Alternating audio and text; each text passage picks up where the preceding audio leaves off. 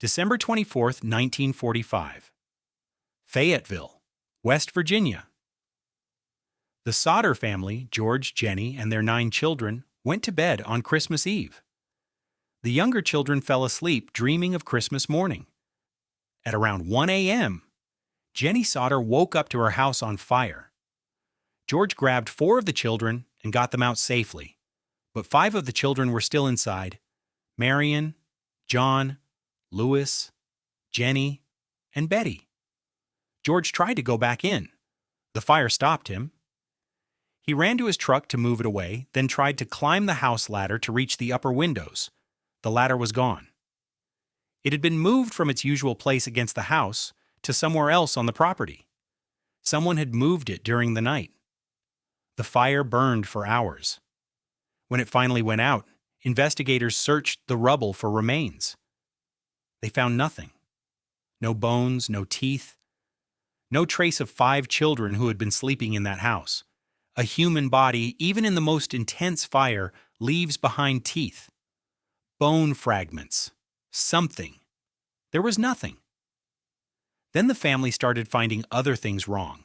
The phone lines had been cut before the fire started. A man had been seen earlier that day examining the fuse box. The fire had started in 4 separate places at exactly the same time. George Sodder refused to believe his children were dead. He spent his life savings hiring investigators. He put up a billboard on the main highway and with photos of his children that stood for decades. Then in 1967, 22 years later, Jenny Sodder received an anonymous letter in the mail. Inside was a photograph of a young man who looked exactly like her son Louis would look at that age. On the back of the photo were 4 words: Louis Sodder. I love brother Frankie. Lil boys. A 901, 32, or 35. Nobody knows who sent the photo. Nobody knows what the numbers mean. Nobody knows what happened to the 5 Sodder children on Christmas Eve 1945.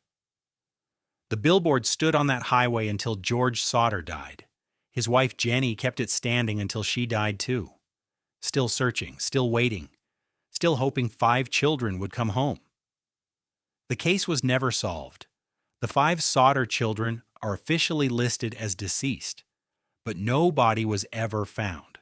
No grave was ever dug.